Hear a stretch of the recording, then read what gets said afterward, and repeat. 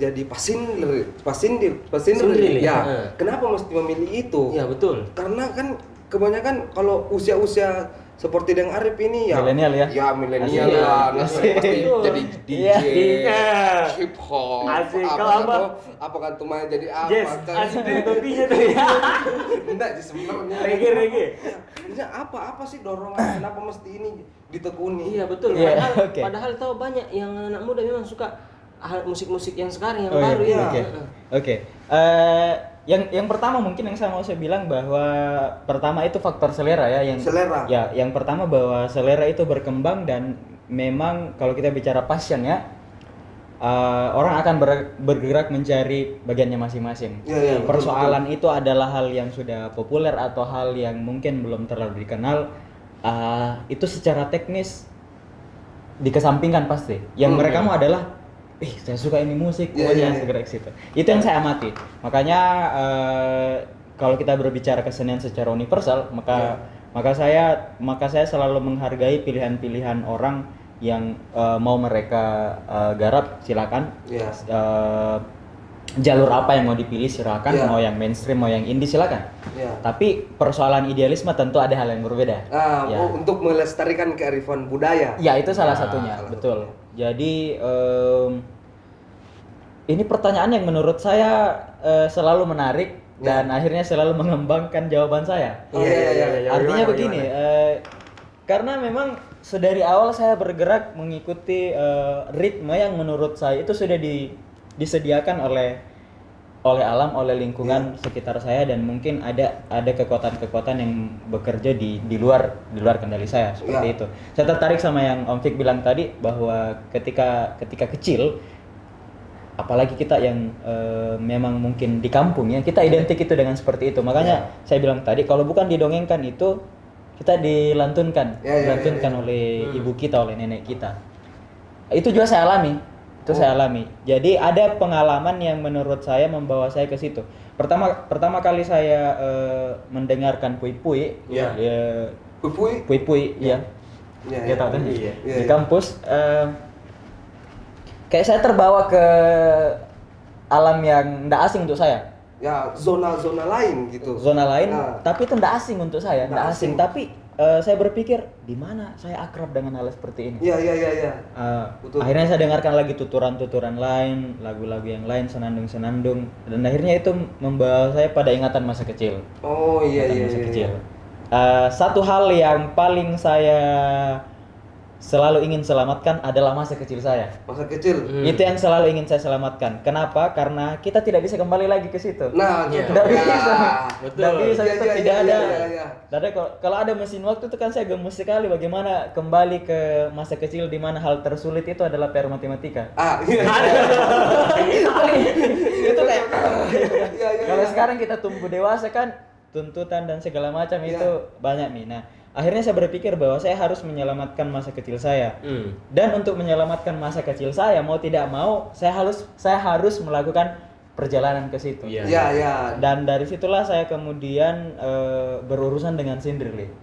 Bagi saya Cinderly adalah jembatan untuk bisa menyelamatkan masa kecil itu, dan akhirnya bisa terus merasa bahwa hidup saya terus bergerak, tetap berdamai juga dengan diri sendiri. Betul, berdamai dengan diri sendiri. Saya terus bergerak dan kemudian saya tidak lupa bahwa saya punya masa kecil, dan di masa kecil saya biasa didongengkan, saya biasa dilakukan sebelum saya tidur. Sesederhana itu. Ini juga pertanyaan ini selalu saya ungkapkan sama kepada siapa saja dengan pertanyaan yang serupa. Karena saya akan jawab itu dengan sangat sederhana bahwa saya tidak berpikir konsep-konsep yang lebih besar.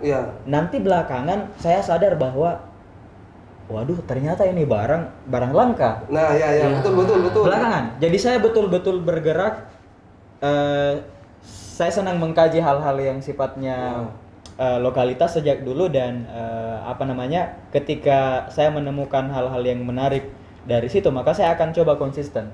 Belakangan saya sadari bahwa ternyata di kajian-kajian kebudayaan, kajian-kajian kesusastraan dan kesenian Makassar ini sudah masuk di zona merah tuh. Iya. Ternyata di barang sudah masuk. Iya, sudah langka. Iya. Sudah masuk di zona merah. Misalnya penuturnya yang mulai terbatas dan kemudian audiens yang mulai tidak tertarik dan seterusnya, atau mungkin kemasan pertunjukannya yang menurut orang tidak menarik dan seterusnya. Belum lagi kan kita diekspansi oleh televisi, betul ya. Televisi. Akhirnya kan mau tidak mau mengubah selera masyarakat. Barang ini dulu mendapatkan tempat yang sangat luar biasa, istimewa sekali. Kenapa? Betul. Karena belum ada alternatif kesenian lain yang menjadi hiburan di rumah-rumah leluhur kita pada zaman itu. Makanya pada waktu itu saya biasa tanya itu Bapak Serang yang pemain gendang.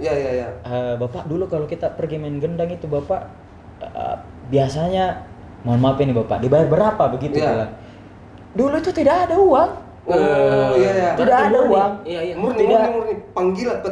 Kalaupun orang mengapresiasi, maka mereka mengapresiasi dengan hal-hal yang memang bisa dibawa oleh si seniman itu. Kayak makanan kah, dan segala macam. Dan itu berjalan begitu saja. Itu mungkin di era-era masih barter umum ya. Jadi seperti itu.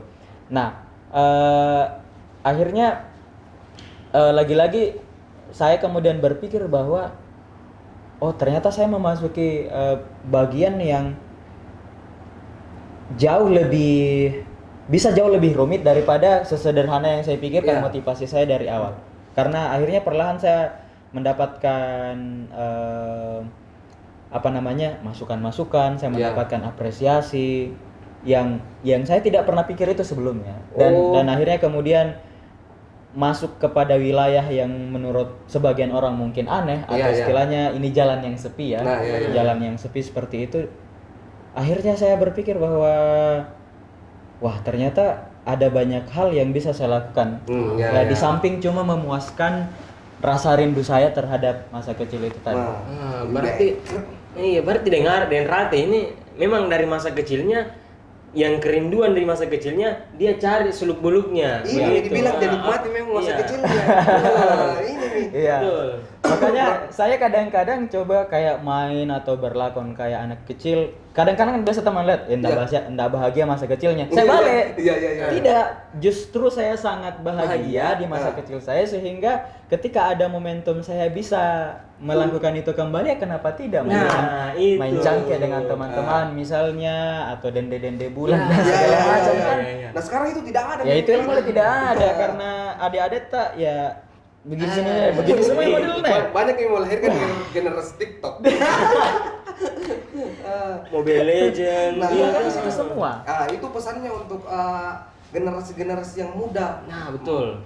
Bagaimana caranya bisa lebih mengeksplor lagi supaya nanti di hari tuanya ya lebih bermanfaat dan bisa mengeksplor dari hal-hal yang terkecil, di mana masa kecilnya itu ya bisa apa cocok beda tapi kok apa masa kecil yang paling kau senangi? Apa dia? Lompat di kolamnya orang kau masukin.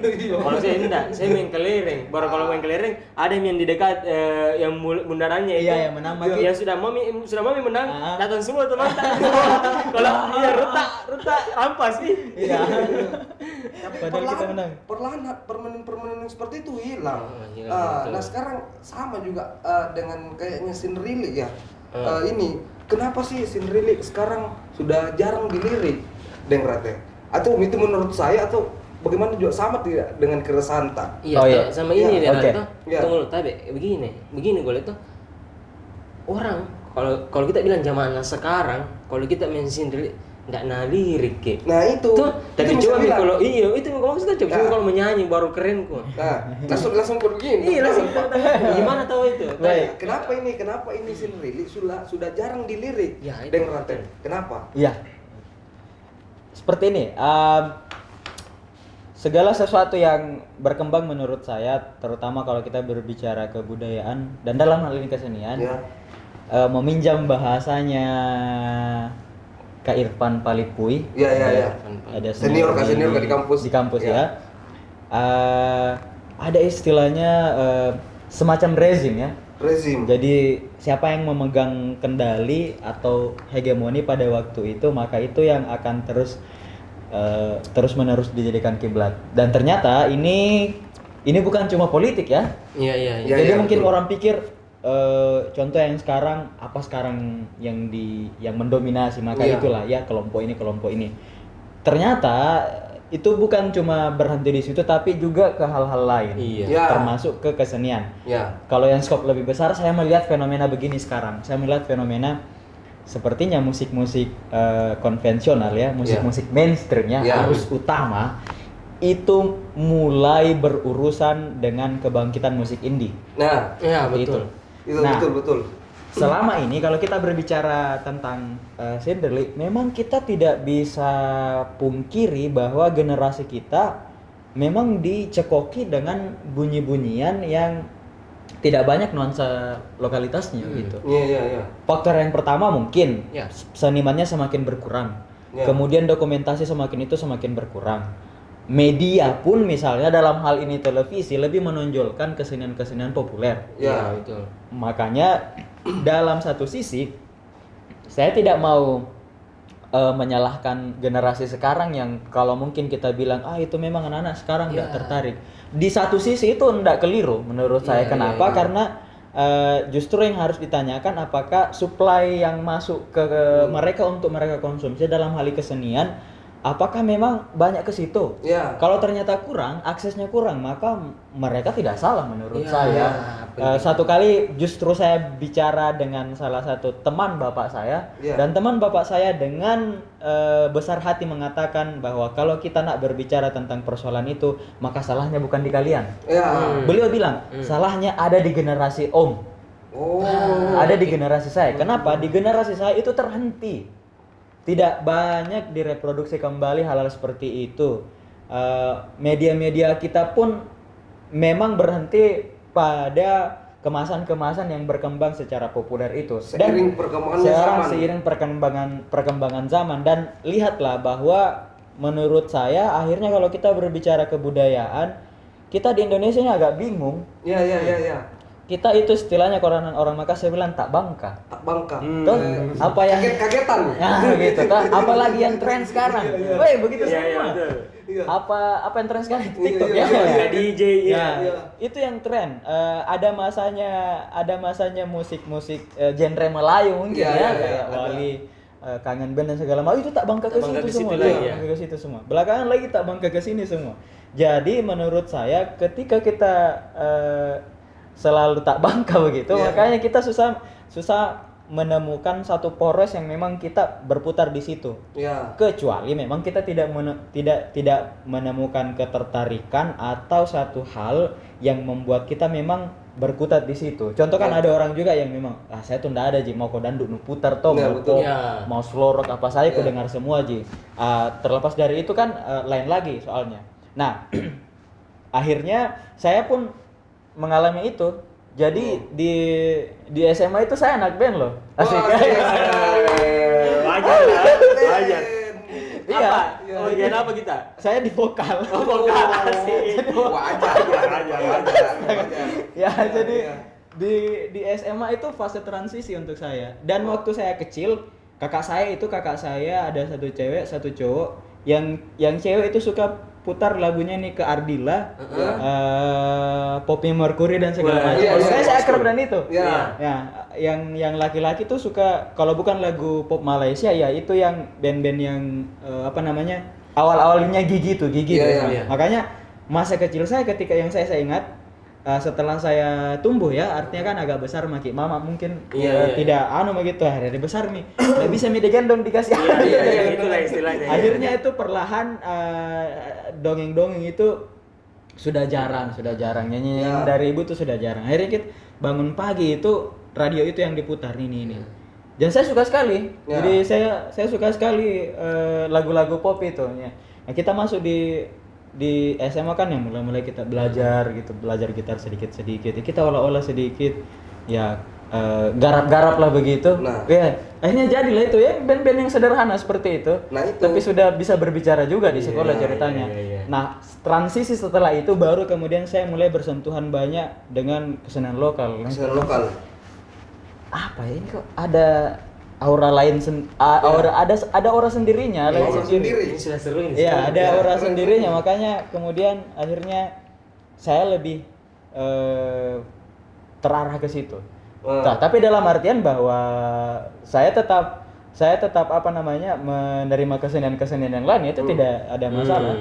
Seperti itu. Cuma kalau kita pilih corak yang akhirnya lebih pilih kan akan cenderung ke situ. Iya. Nah, akan cenderung ke situ. terus maksudnya untuk wilayah di mana orang-orang sekarang toh zaman-zaman now sekarang bisa lebih melirik scene religi ini lebih ini ada mungkin wadah tidak untuk Dengrate ini tempati supaya ada publikasi kepada masyarakat khususnya di Makassar lah supaya dilirik lagi. Betul. Sepanjang pengalaman saya mulai bersentuhan dengan sendiri 2009. Itu fase pengkajian, penelusuran, mencari beberapa sumber, termasuk mencari alat musik ini. Walaupun ini sudah yang ketiga, ada yang beberapa lagi. Oh, ini yang ketiga? Ada yang ketiga ini. Satu duanya mana kak? Satu duanya, satu itu saya simpan di rumah. Dimuseumkan. Dimuseumkan. Nantinya begitu. Jadi ini pacar tak? Ini pacar istri. Aduh. Oh ya mana istri nu kau mana? Makanya kasih begitu. Iya. Yang tidak ada. Satunya lagi sekarang itu di Jogja, itu dibawa sama adik. Kebetulan adik itu cenderungnya ke karawitan juga, sekarang dia diisi Jogja. Isi Jogja. Jadi saya bekali satu, silakan bawa ini. Iya. Ini baru dibuat beberapa mungkin akhir tahun ini. Akhir tahun lalu. Oh, berarti ini juga Dengrate ini adiknya pasin kalau baru mulai. Kalau di pola ini sudah pola gesekan sudah lumayan bagus, tapi saya kasih PR lagi untuk wilayah vokal. Karena bagaimanapun vokal itu menunjang. Pasti juga itu unsur ketertarikan supaya bisa dilirik kan. Betul. Ya. Satu cara. Nah, jadi kembali ke yang tadi, ketika saya sudah mulai akhirnya saya dapatkan itu, saya masuk di teater kampus di UNM waktu itu, di teater titik 2 dan di bahasa Inggris namanya Lentera. Saya mulai berpikir bahwa ini belum ada yang garap arahnya ke situ. BDW, misalnya di mana ya sebelumnya? Di UNM. Oh, UNM. Anak perang tem. Berarti anak seni. Saya di bahasa. Oh, berarti Dengrate ini masuk organisasi Lentera. Di Lentera dan masuk juga di UKM Seni juga, di UKM Seni titik 2. Iya. Ya backgroundnya dari situ. Iya. Oh, berarti sinrilinya karena bahasa begitu mungkin sastra. Salah satunya karena itu. Iya, dan saya menemukan bahwa ini kayaknya asik kalau kita buat pertunjukan teater di mana ada tokoh pasendril di dalam. Ya. Tokoh itu berperan sebagai narator. Sekaligus sebagai tokoh yang berperan ini gampang pengaruh. Begitu kalau dari awal formal sekali lidah Makassar keluar tonya ini. Udah bilang Tony. Bilang Tony mau gitu. Biasanya mau lari ke atas tapi lari ke bawah. Lanjut. Juga kayak saya bilang berperang karena aroma di partam itu kan. Aduh iya. Mongolia lebih tahu itu. Saya biasa Mongolia itu kentara, jadi biar pakai itu. Oh. Jangan sampai kita dua ini pelaku. Biasa sekali jika selalu. Kembali dengan dan tadi itu akhirnya saya bilang kayaknya ini menarik begitu. Saya menarik. Seingat saya pertama kali saya bawakan Sindrili itu dengan teman-teman di Lentera. Waktu itu ada acara ulang tahun teman-teman Organda Sopeng. Organda Sopeng. Mudah-mudahan saya tidak salah ingat waktu itu di Gedung Lamaca UNM. Akhirnya kebetulan satu teman kami yang di Lentera itu adalah orang Sopeng, namanya Cak Rasa Krab Sanjani. Ya, saya kenal itu. Ya, itu kan dia gini. Ya. Nah, hanya dia bilang, ada cara nih Deng, mau digarapkan begini tapi ya caranya dikasih santai begitu. Iya. Ada sopen-sopen begitu. Iya. Terus apa lo bilang? Terus saya bilang kalau begitu begini, kita garap misalnya ini acaranya intinya dia bilang intinya nih mau jangan dikasih formal. Iya. Akhirnya dia bilang, oke, siapkan gendangmu, siapkan beberapa anak-anak yang cerewet. Iya. Yang orang Makassar bilang itu capila toh, capila. Iya. Bukan jadi belto bukan Ji. Enggak Ji, Belakang. di depan juga lah. Oh iya. Depan gitu. Akhirnya jadi kita konsep bagaimana nih? Kita kasih masuk Cinderly. Iya. Kita kasih masuk Cinderly, saya bertutur nanti kita mulai acara begitu. Nanti sebentar kau timpali. Jadi kayak MC ini bilang iya kayak MC. Jadi kita alurnya begitu. Jadi berapa acara ini kita garap begitu. Jadi misalnya ada yang mau bicara misalnya siapa ke ketua ini ada sambutannya, maka kita sambut begitu. Jadi kita ajak interaksi, tapi cara tak begini. Ada lagi yang misalnya mau menyanyi, kita undang begini Ki. Akhirnya dia dapat gambaran. Waktu itu malah kami tidak latihan bagaimana karena saya cuma kasih clue. Kita maunya begini. Yang penting kok cerewet itu ngalir nih. Iya. Kita mau kasih ngalirin bareng-bareng. Nah, itu pertama kali. Pertama kali saya memperkenalkan kembali ya, bukan memperkenalkan karena ini barang sudah lama, tapi memperkenalkan kembali. Iya, khususnya di lingkaran mahasiswa. Tapi dengar ini sudah punya skill di sini di keso-keso. Masih awal. Jadi menurut saya itu berkembang dari awal-awal. Saya terus belajar sebenarnya. Jadi misalnya kalau sudah tahu pola ini yang bagaimana lagi atau warna seperti ini, karena di Cinderly itu juga bermacam genre. Jadi misalnya kalau kita dengarkan satu pas Cinderly itu memang sepintas mungkin kita dengar sama Ji, tapi coba kita dengar baik-baik, mereka itu punya gaya sendiri. Bagaimana maksudnya? Yang pertama dari pola penadaan, langgam istilahnya. Jadi langgam yang mereka pakai itu bisa kita lacak. Bagaimana contohnya? Misalnya kita dengar almarhum Bapak Sirajuddin Bantang. Ini dua pola ya yang saya tahu yang ketika kita dengar itu berbeda. Bapak Bantang itu polanya seperti ini, saya ingat saya. Bajik ya kiuk rangi pasan nakara empat tinggal luang. Karena apa? Karena empat tinggal luang imang ada cin ada sita bamang bumi kerajaan goa. Agak begitu. Nah, coba translate. Nah, akhirnya ada pola yang saya pelajari dari Bapak Hairuddin dan Deng Anjar. Deng Anjar itu yang kalau kita jalan-jalan ke Clarion, ada di lobi itu. Iya, betul. Yang kumis. Kenal. Nah. Saya biasa lihat. Tahu. Kalau masuk itu pasti saya singgah. Serius. Saya masuk saya pasti singgah. Nanti kita sapa. Bisa. Tadi Deng siapa? Deng Anjar. Deng Pak Lagu, Pak Anjar ya. Nah, kalau beliau itu data-datanya begini. Mana rekiatan mana remena santa aleda ente nikana ana lama molong anjay. Iya. Itu kentara perbedaannya. Kentara perbedaan yang pertama dan yang kedua. Kentara perbedaannya. Jadi kan ada beberapa itu mungkin seperti genre lah seperti itu. Itu yang pertama. Iya. Yang kedua adalah tipikal khas yang dimunculkan berdasarkan karakter pasien dulu itu. Itu pasti sudah beda. Karakternya. Contoh misalnya Bapak Bantang. Ketika saya mendengarkan Bapak Bantang, maka Bapak Bantang itu luas dan kemudian mendayu perlahan. Nah, Bapak Tutu masih adik beliau, adik kandung beliau. Iya. Itu energik biasanya dan beliau banyak mengupas hal-hal yang sifatnya itu kasuistik ya, kasus-kasus yang berkembang, tema yang berkembang. Berarti dia lebih kritis gitu. Kritis semua Ji. Kritis. Cuma apa ya, bagaimana menjelaskannya? Memang ada yang jadi penanda dan itu biasanya sudah menggambarkan karakter si pasien Derli itu. Itu sudah terbawa di situ. Jadi itu yang gua paling umum akan memberikan warna yang berbeda sehingga bisa saya katakan bahkan dua pasien Derli bisa memakai genre yang sama, bisa memakai langgam yang sama. Tapi dalam pengembangan pertunjukan mereka itu bisa pakai pendekatan yang berbeda dan itu kembali bagaimana mereka mengeksplorasi karakternya tersendiri. Iya, betul. Nah, ini kan kita sudah dengarkan beberapa genre toh. Jadi mungkin sebentar ini kita lihat dan dengar langsung genrenya dengan Rate ini. Balas. Iya. No? Nah, jadi sebentar ini kita Pasti ada karakternya juga nih. Iya, pasti ada karakter tersendiri. Iya. Jadi bagaimana caranya tahu ya tunggu nih. Tunggu. Oke.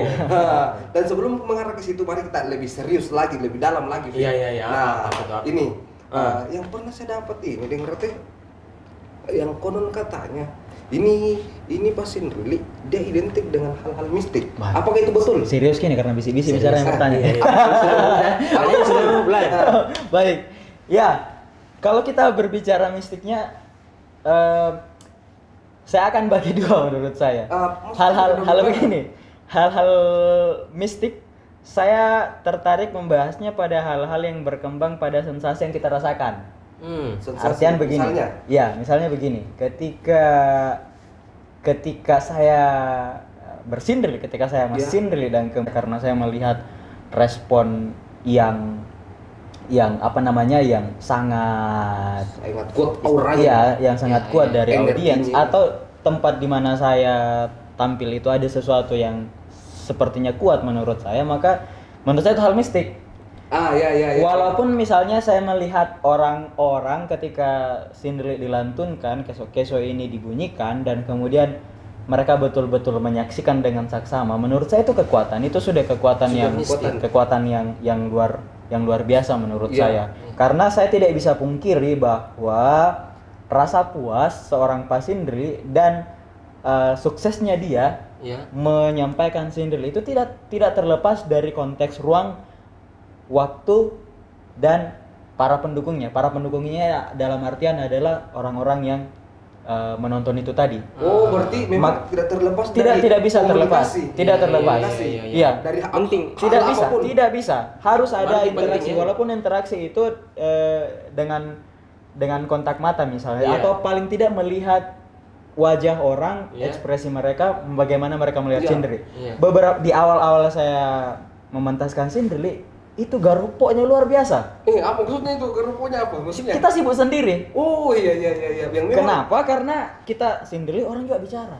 Oh iya. Orang ya bicara, dan saya tidak mau salahkan orang juga. Mungkin orang belum pernah dengar ini sebelumnya dan mereka sama sekali tidak tertarik. Ya, atau saya evaluasi diriku. Iya. Cara saya ini penyampaiannya apa mungkin. begitu. Makanya di hal-hal seperti itu saya merasa gagal menurut saya. Saya sering kali membuat kalkulasi ya. Sejauh apa saya berhasil membawa orang ke dalam cerita yang saya bawakan tadi. Iya. Nah, tapi beda halnya ketika kita berada di lingkungan yang betul-betul merespon. Iya. Artinya begini, baru Kidudu itu Sudah, masuk. Iya. Kasih begini alat gitu, kamu momennya. Iya. Itu kan, Iya. tajam. Tunggu, Itu kan, ini. bagi saya itu sudah pancingan, itu sudah respon dan itu yang akan mendukung saya. Kenapa? Karena akhirnya itu yang bisa membuat Sinrilik lebih mengalir. Iya, lebih dalam juga ya. Orangnya pun bisa lebih dapat. Ya mungkin seperti itu. Itu dia. Maka hal-hal seperti itu saya pahami secara mistik.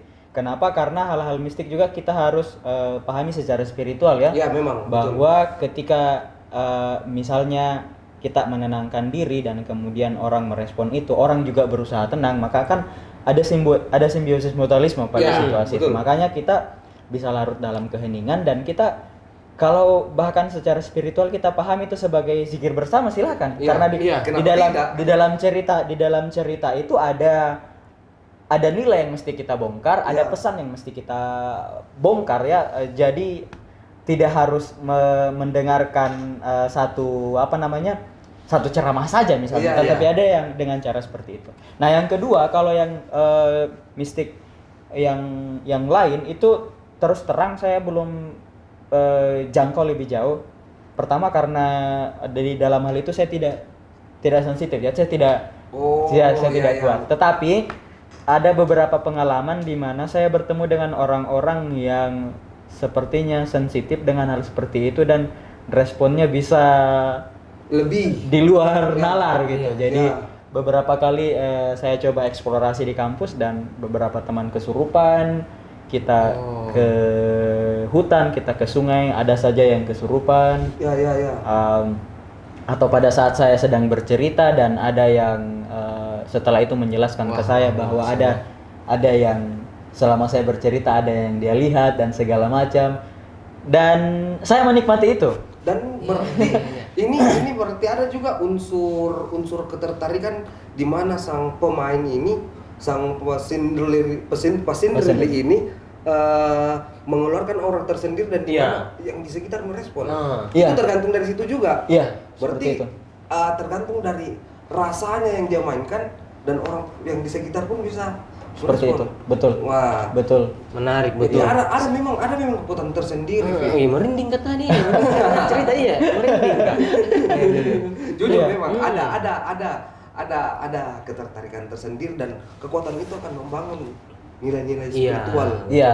Dan bagi saya itu penting, sehingga kita tidak cuma menikmati musiknya, tapi kemudian ada sesuatu yang betul-betul bercerita dan cerita itu kita respon. Gitu. Dan itu yang membuat saya yakin bahwa Cinderly pada dasarnya sederhana. Cinderly tidak lebih dari sebuah proses berbagi dari sesuatu yang terjadi, dan sesuatu yang terjadi itu coba dititipkan kepada orang-orang yang mendengarkannya. Dari situ mereka akan disadarkan bahwa kisah ini bisa saja terjadi kepada Anda atau orang-orang di sekitar Anda. Jadi bijaklah menyikapinya seperti itu. Dan apa yang disampaikan dalam Cinderly, cerita-cerita yang ada dalam Cinderly ternyata itu terjadi juga hari ini, cuma memang kemasannya baru. Jadi kan di Cinderly itu tidak lepas dari beberapa unsur. Di satu naskah Cinderly itu ada asmaranya. Saya udah paling suka tuh. Ini bisa dipakai. Suka sekali. Berarti ini masih ada part 2-nya lah. Ada part 2-nya. Sabar. Pakai kacamata kan dulu. Sabar. Nanti ada momen kita akan bahas itu. Kalau yang muda-muda tuh suka-suka sekali tuh. Dia.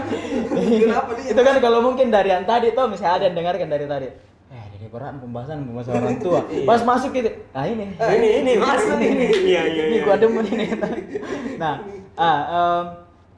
yang kedua itu politik. Politik itu enggak lepas dari itu. Ada juga saya sering dengar itu ya. Kemudian intrik istilahnya. Intrik itu apa ya, ada persekongkolan di baliknya, ada atur strategi misalnya menjatuhkan yang ini dan segala macam. Ada tokoh-tokoh yang bergerak di balik ini dan kemudian ada tokoh yang mau dijatuhkan. Nah, kalau Cinderly itu kira-kira kita garap ya dalam bentuk drama yang berepisode-episode, maka itu ndak kalah serunya dengan drama Korea yang tentang kerajaan. Saya nonton drakor juga. Tapi saya lebih suka kalau yang drakornya itu sejarah. Kan drakor nanti kalau ini Cinderly dibuatkan drama, apa namanya? Dramas. Bukan drama Cinderly. Ya. Dan memang Cinderly sudah kan karya Cinderly itu menginspirasi lahirnya beberapa naskah teater. Ada. Iya. Pak Fahmi Syarif Syarif itu yang paling getol membuat naskah berdasarkan kisah Cinderly. Pak Fahmi Syarif itu aktor teater, sutradara senior yang ada di Makassar. Sutradara top lah. Sutradara teater top. Salah satu yang saya kagumi beliau. Datuk Museng dan Mai Padiapati. Itu digarap beliau dalam bentuk teater. Kemudian Imadi dan Rimakah. Itu naskah dasar Cinderly yang kemudian dimasukkan ke dalam pertunjukan teater. Kemudian ada Bapak almarhum Rahman Arge.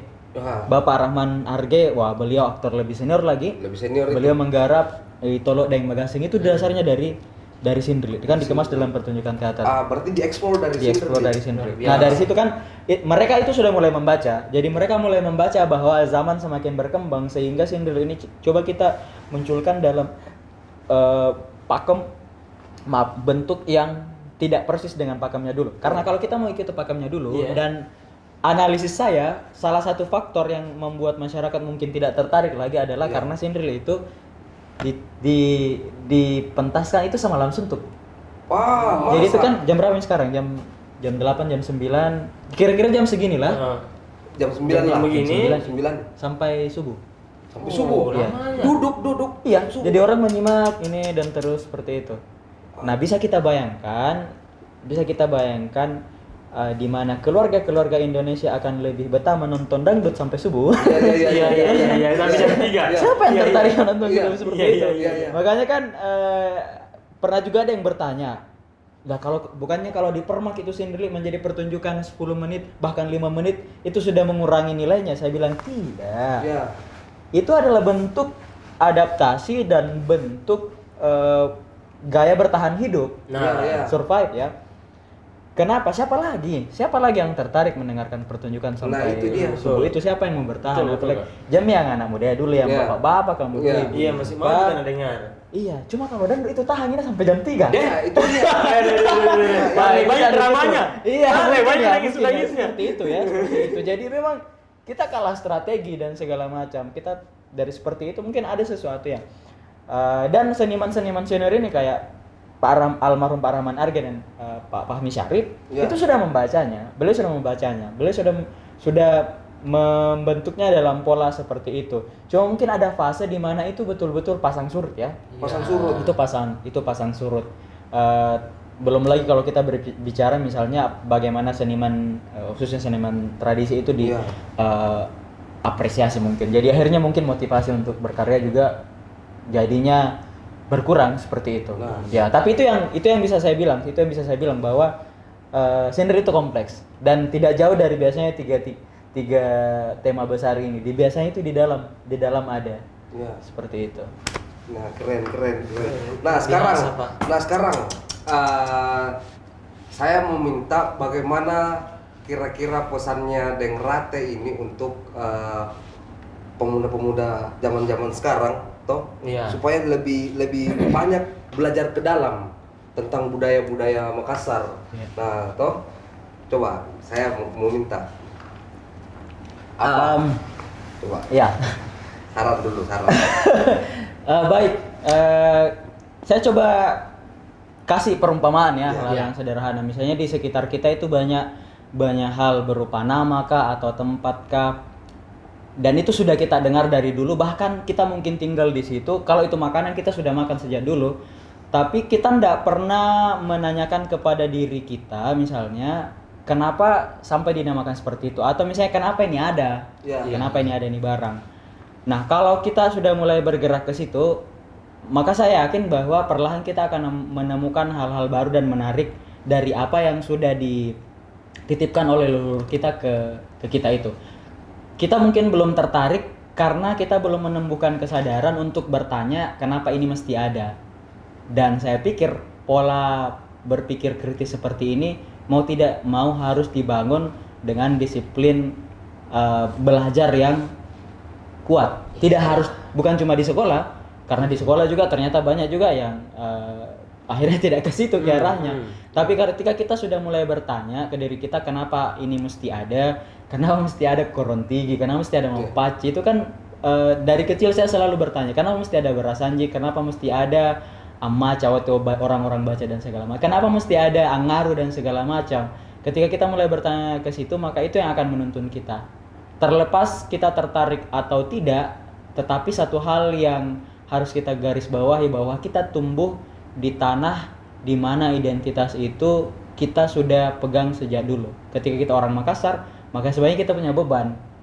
Bebannya adalah bahwa Makassar seperti apa seperti itu. Ketika nantinya itu akan hilang, maka jangan salahkan generasi selanjutnya. Itu adalah bagian dari kesalahan kita, sehingga kita betul-betul memaknai apa-apa yang berkembang ini secara bijaksana dan sangat dengan pikiran terbuka.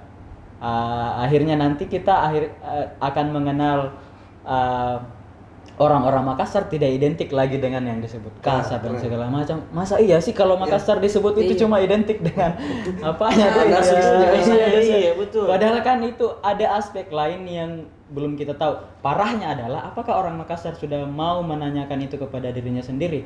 Kalau belum, makanya kan berharap bahwa Makassar yang ada di masa yang akan datang adalah Makassar seperti yang dicita-citakan oleh leluhur kita, sementara kita sudah bergerak jauh dari arah itu. Semakin kita mencoba belajar ke dalam, semakin kita berpikiran terbuka dan bijak memandang khususnya perbedaan. Nah, keren.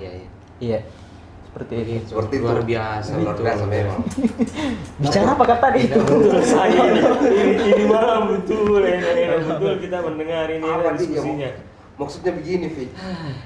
Untuk pelajaran ini malam 4 SKS 5 kah? 5 SKS. Kalau perlu 20 SKS, Sob.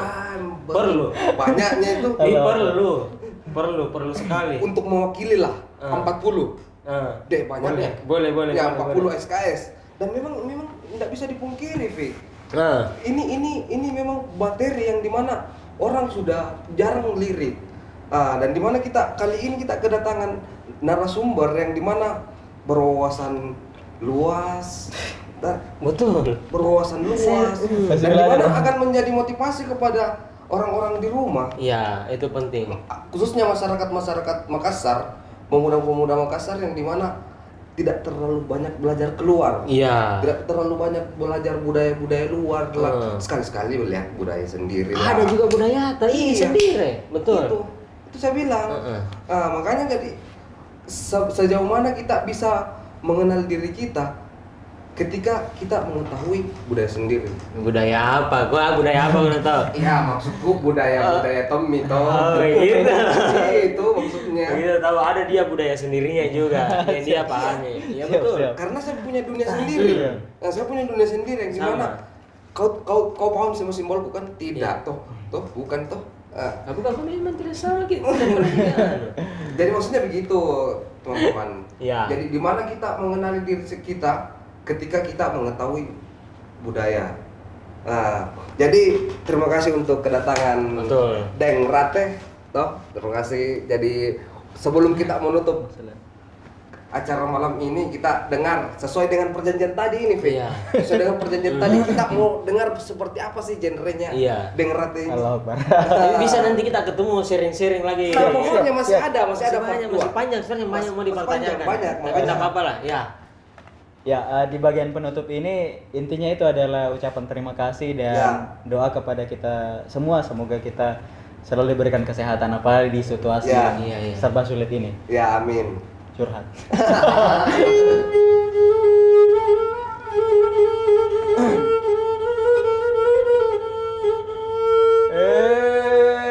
Naku babatu ji risari batam malak birikun ya kama singa cini api nak ribala na cini api nak ampina wangi anne pak gau kangiare ka acara apa naku palaki ari bataraya tena ya sangkam mana tena sampak juluk na baran nizareang kikagasingan ena buku magasing na ke empoto jenri matene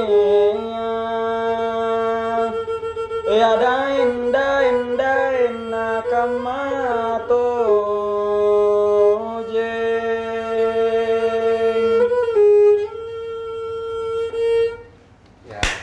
Mantap.